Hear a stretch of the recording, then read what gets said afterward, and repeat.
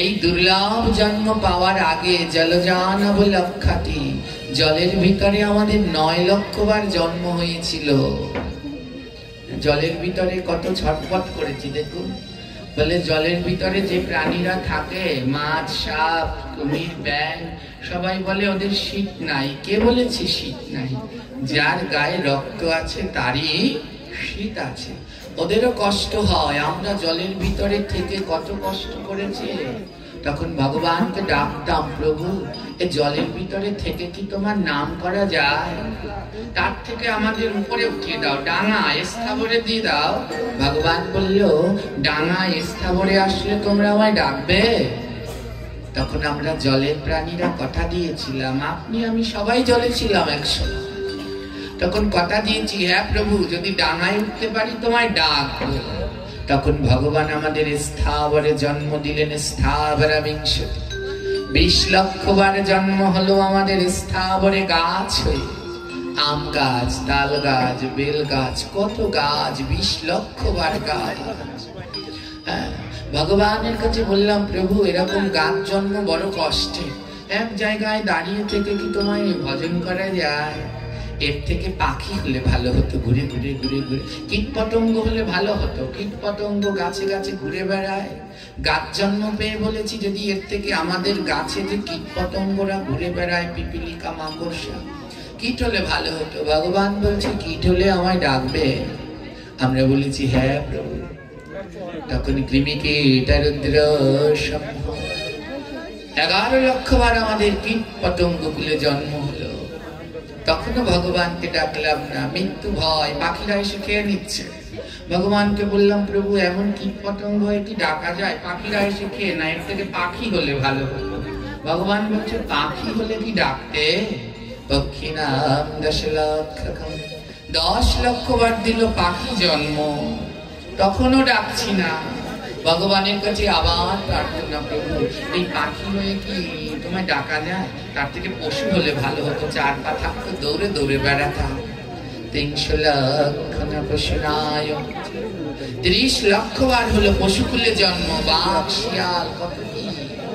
এই মোট 80 লক্ষ, এই মোট 80 লক্ষ।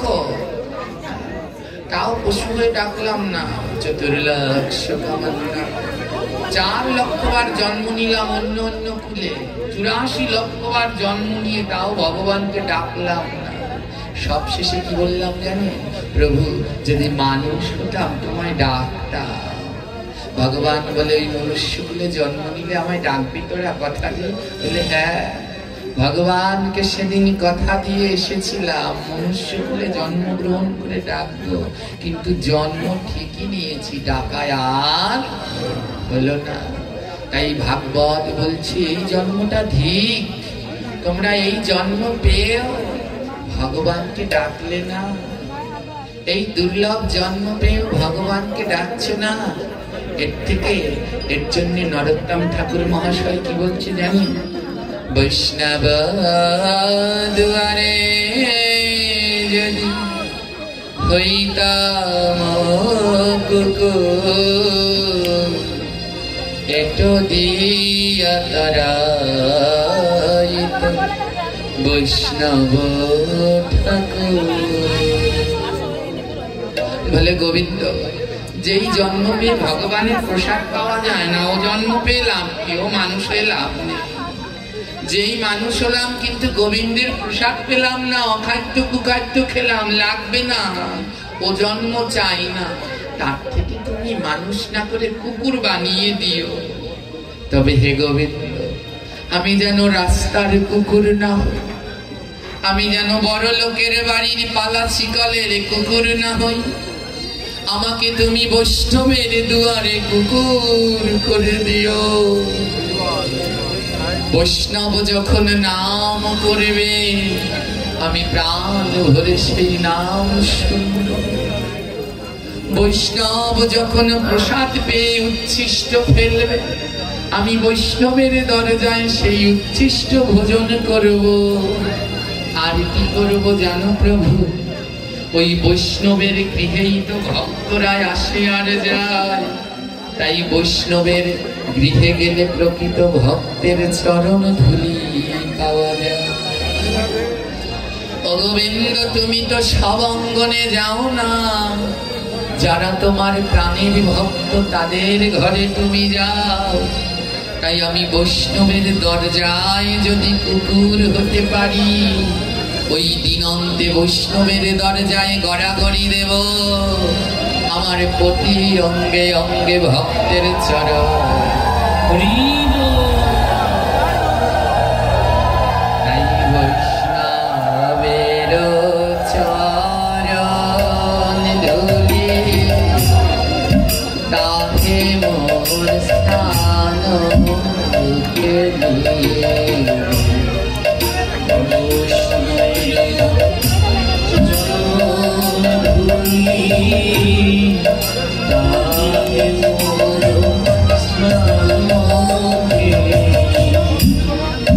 বৈষ্ণবের উচ্ছিষ্ট তাহে মোর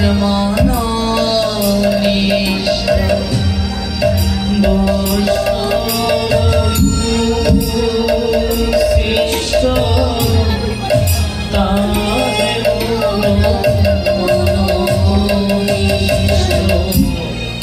বৈষ্ণবের নামে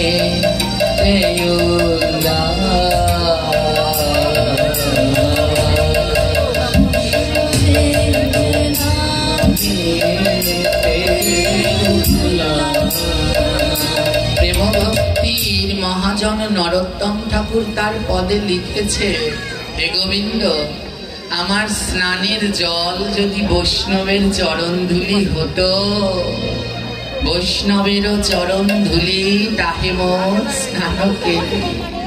ওই বৈষ্ণবের চরণ ধুলি দিয়ে যদি আমি স্নান করতে পারতাম, তাহলে আমার প্রত্যেক অঙ্গে অঙ্গে এক অঙ্গ বাদ যেত না, সর্ব অঙ্গে বৈষ্ণবের চরণ ধুলি লাগতো।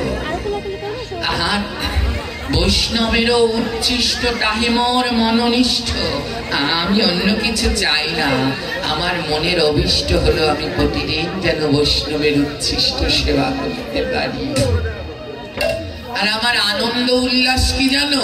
আমার আনন্দ উল্লাস হলো বৈষ্ণবের নাম। যখন শুনবো আমার এলাকায় বৈষ্ণব আসছে, শুদ্ধ ভক্ত আসছে, সেই সময় আমার মন যেন আনন্দে নাচে। আবার দর্শন পাবো, আবার ভক্ত এসেছে, আবার আমার কৃপা হয়েছে, এই যেন মোর হয় আনন্দ।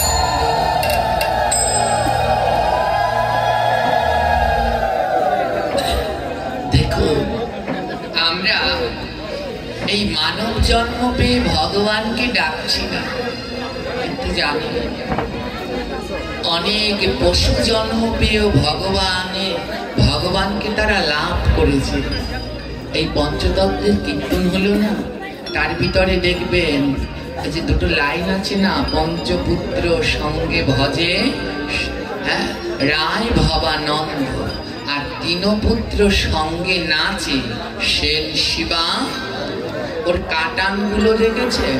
ওর কাটানে বলছি শিবানন্দের কি আনন্দ, তার কুকুরে কয় কৃষ্ণ কথা। শিবানন্দ সেন একটা কুকুর পালতো, সে কথা বলতে পারত, কুকুরে কথা বলতো, কৃষ্ণ কথা, ভাগবত কথা বলতো। কুকুর হয়ে সে পেয়ে গেল। কত পশু এমন আছে তারা পশুকুলে জন্মগ্রহণ করে কৃপা লাভ করল। হ্যাঁ, নবদ্বীপে গেলে দেখবেন বড়াল ঘাটে রাধারমন দাসের, রাধারমন গণের বড় বাবাজির মন্দির আছে। ওখানে দেখবেন একটা মন্দির আছে কুকুরের বৈষ্ণব সেবা মন্দির। একটা কুকুর ছিল যাকে বড় বাবাজি ভক্ত মা বলে না, সেও উদ্ধার হয়ে গেল। কুকুর কুলে জন্মগ্রহণ করে উদ্ধার হলো, বৈকুণ্ঠের রথ আসে। আর আমরা মানব হয়েও পারলাম না, ঠিক নাই জন্মকে। আজ এক ভক্তের কথা শ্রবণ করে জানি, সে এক পশু, বনের পশু, কিন্তু তার ভক্তি অপূর্ব। আজও ভক্তরা তার ভক্তির কথা মনে করে। সেটা একটা গজ, হাতি, এক হাতি। সেই হাতিটা হলো কে? বন্য হাতি। বিশ্বকর্মা ঠাকুরের বাহন কি? হাতি আছে না, বিশ্বকর্মার বাহন। এই বিশ্বকর্মা ইনি কিন্তু পরম শুদ্ধ কৃষ্ণ ভক্ত। আপনারা বিশ্বকর্মা পুজো করেন? এখানে হয়। কি মাসে হয়? ভাদ্র মাসে, সংক্রান্তির দিন।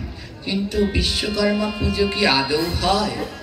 বিশ্বকর্মা পুজো করে, কিন্তু তার ধারে কাছারেও একটা গোবিন্দের চিত্রপট খুঁজে পাওয়া যায় না। আরে গোবিন্দের ভোগ দিয়ে, সেই প্রসাদ দিয়ে তো দিলে বিশ্বকর্মা নিবে। গোবিন্দেরই ভোগ হলো না তো কোন বিশ্বকর্মার পুজো করছো? ও বিশ্বকর্মার পুজো করলে বিশ্বকর্মার মাথার উপরে যেন আমার গোবিন্দ পঞ্চতত্ত্বের চিত্রপটটা আগে থাকে, নইলে পরে কিন্তু আর ও বিশ্বকর্মা পুজো হচ্ছে না। কারণ বিশ্বকর্মা ছিলেন গোবিন্দের পরম শুদ্ধ ভক্ত। বিশ্বকর্মা তিনি তার নাম বিশ্বকর্মা কেন জানেন? সে সারাদিন কাজ করতে থাকে, কোনো থামাথামি নেই, দিন রাত সব সময় সে কাজ করে। তার বাহনটা হলো হাতি। এই যে হাতি, এই হাতিটা পরম ভক্ত ছিল, ভক্ত, পরম ভক্ত। এত ভক্ত সে বলে শেষ করা যাবে না। কিন্তু হাতিটার মনে বড় দুঃখ। কি দুঃখ? হাতি সাধু সঙ্গ করতে পারে না। হাতি শুদ্ধ ভক্ত, পশুকুলে জন্ম, কিন্তু তার চিন্তা সে সাধু সঙ্গ করতে পারে না। কেন পারে না?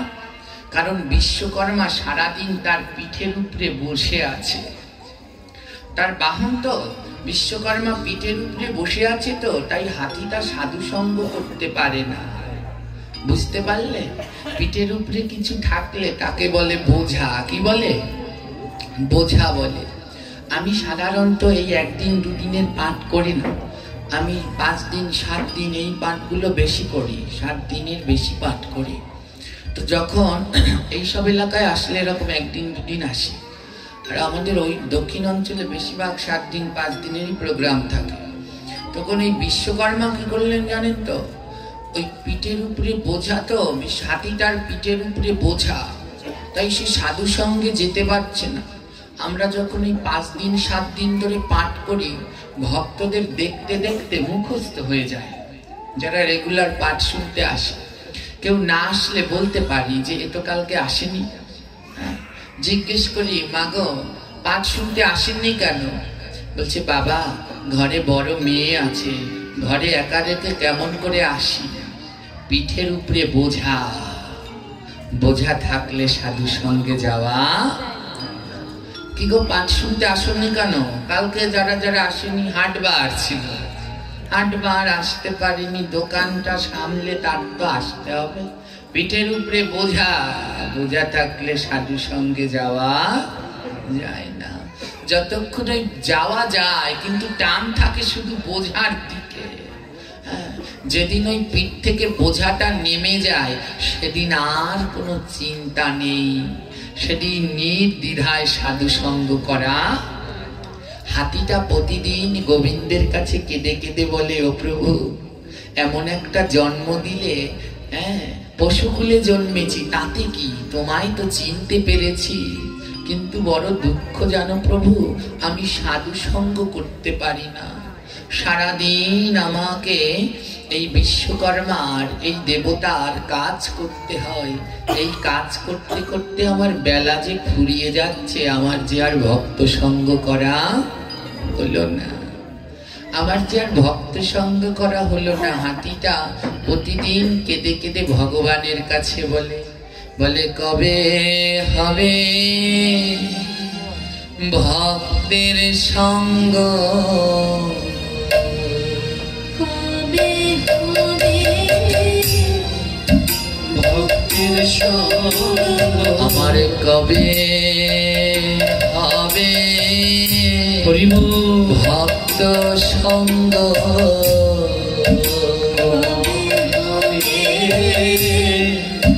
ভক্ত সঙ্গ, আমার কবে হবে তরঙ্গ কবে হবে ভক্ত সঙ্গ হবে প্রেম তরঙ্গ কবে হবে ভক্ত সঙ্গ আমি কবে সাধু রাধে হাটে যাব কবে সাধু হাটে যাব আর বেচা কেনা করে নেব কবে সাধু হাটে যাব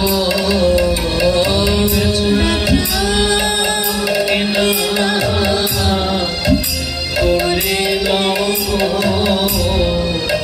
কবে সাধু হাটে যাব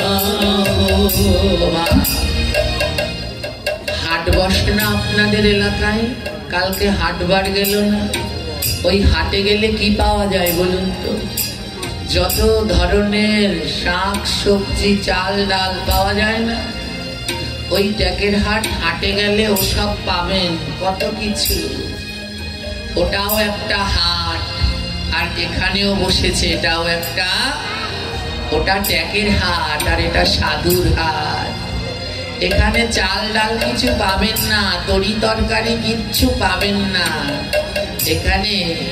এখানে দুটো জিনিস পাওয়া যায় এখানে পাঁচটা জিনিস পাওয়া যায় এখানে পাঁচটা জিনিস পাওয়া যায় কি অধরামৃত ঘ্রাণামৃত দর্শনামৃত শ্রবণামৃত আর চরণামৃত পাঁচ অমৃত এখানে পাবেন পাঠের শেষে ভগবানের প্রসাদ অধরামৃত পাঠকের কাছ থেকে একটু ফুল নিয়ে নিবেন ঘ্রাণামৃত ভগবানের শ্রীরূপ দর্শন করবেন দর্শনামৃত ভগবানের কথা শ্রবণ করবেন শ্রবণামৃত আর ভক্তের চরণ ধুলায় অঙ্গে মাখবেন চরণামৃত এই পঞ্চ অমৃত পাবেন এই সাধুর হাটে যা জগতের আর কোথাও পাবেন না এই একটা হাট জানেন তো যেখানে অচল জিনিস চলে এই হাটে অচল জিনিস চলে যে জিনিস অন্য জায়গায় চলে না এই হাটে আসলে সেটা চলে জানেন আমি একবার বাগেরহাট পাঠ করতে গিয়েছি তো ওখানে এক বড়লোক বাসায় আমায় থাকতে দিয়েছে এমন শীতকাল ব্যালকনিতে বসে আছি তো ওদের বাবা যখন দোকানে যাচ্ছে ওই ঘরে দুটো ছেলে দোকানে যাচ্ছে ওই বাবা একটা 10 টাকার নোট দিয়েছে দুটো ছেলে একটা 10 টাকার নোট হ্যাঁ বাবা চলে গেছে তো আমি ব্যালকনিতে বসে দেখছি ছেলে দুটো টাকা নিয়ে টানাটানি করছে বড়টা বলে আমি নেব ছোটটা বলে আমি নেব টানতে টানতে না এক সময় টাকাটা ছিঁড়ে 2 খণ্ড হয়ে গেছে মা দৌড়ে এসেছে আরে এটা কি করলি টাকাটা ছিঁড়ে ফেললি এ তো আর কাজে লাগবে না মা টাকাটা নিয়ে যেই ফেলে দিতে গেছে অমনি ওই ঘরের শাশুড়ি বৃদ্ধ তিনি দৌড়ে এসেছে বৌমা ওটা কি করছো বলে ফেলে দিচ্ছি ওটা তো ছেড়ে গেছে এটা তো আর চলবে না শাশুড়ি মা বলছে আরে দাও দাও রাতে পাঠে যাব দিয়ে দেব রাতে পাঠে যাব দিয়ে দেব কে বলেছে চলবে না চলে যাবে আমার পাঠে যখন ওই প্রণামী নিতে যাই কে ছেড়া দিল কেউ আস্থা দিল দেখবে অচল জিনিসটা চলে গেল না ও বিশ্বের কোথাও চলে না এখানে চলে বিশ্বের কোথাও ছেঁড়া টাকা দিলে নিত না কিন্তু এখানে দিল অচল জিনিস এখানে চলে তোমার দেহের ভিতরে পাপ আছে কাউকে যদি বলো আমার পাপ নেবে এই জগতে কেউ বলবে না নেব কিন্তু সাধু সঙ্গে যদি আসো বৈষ্ণবকে যদি বুকের মাঝে জড়িয়ে ধরো তোমার জন্মে জন্মের সব পাপগুলো চলে যায় যত অচল জিনিস এই সাধুর হাট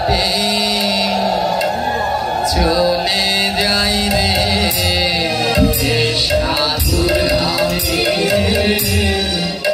চলে যাই ওই জন্মে জন্মে যত পাপ এই সাধুর হাতে চলে যাই রে জন্মে জন্মে যত পাপ সাধুর হাতে চলে যাই রে আমার কবে হবে সাধু সঙ্গ কবে হবে সাধু সঙ্গ আমার মনে জাগবে প্রেম তরঙ্গ আমার কবে হবে সাধু সঙ্গ আমার মনে প্রেম তরঙ্গ কবে হবে সাধু সঙ্গ আমি কৃষ্ণ কৃষ্ণ বলে কাঁদব কৃষ্ণ কৃষ্ণ বলে কাঁদব আমার রাধা রাধা বলে নাচব রাধে কৃষ্ণ কৃষ্ণ বলে কাঁদব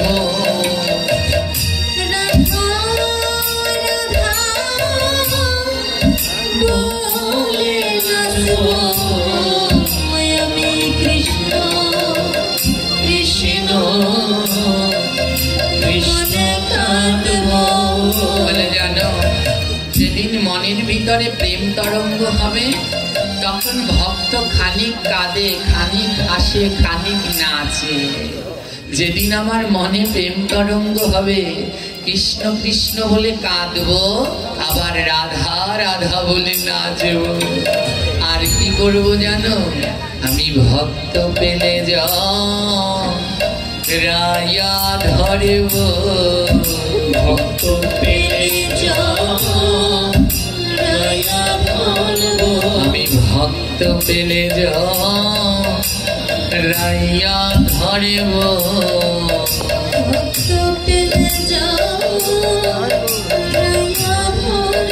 আমি গৌর গৌর গৌর বলবো ভক্ত পেলে রাজা ধরব আমি গৌর গৌর বলে কাঁদব ভক্ত পেলে রাজা ধরব আমার মন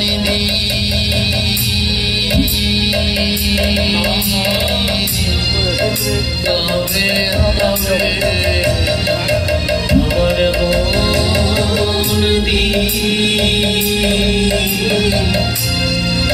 কবে হবে কৃষ্ণ নামে নয়ন ঝরবে তাই তো আমার মন কবে হবে কৃষ্ণ বলে নয়ন ঝরবে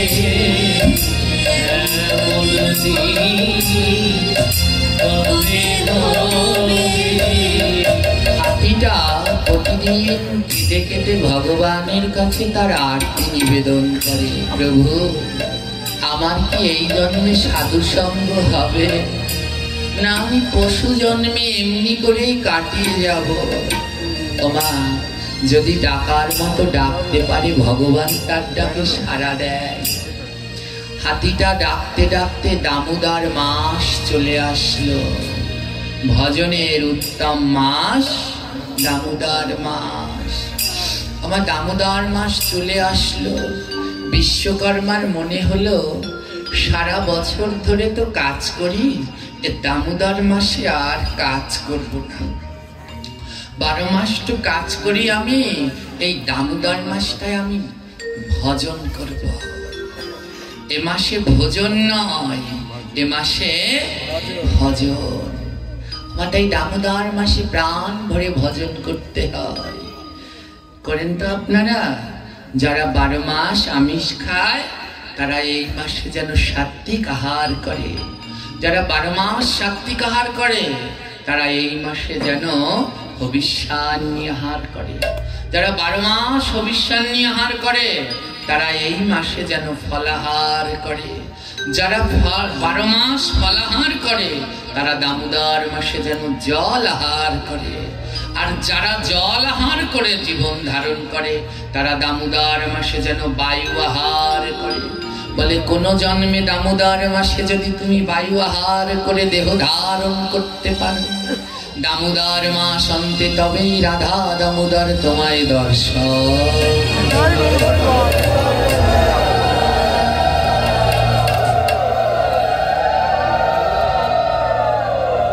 তাই দাম উদার, দাম মানে বাধা, উদার মানে পেট। এই মাসে পেটটাকে বাঁধতে হয়, লোভটাকে বাঁধতে হয়। যে যত পারো আগাও, ধীরে ধীরে আগাও।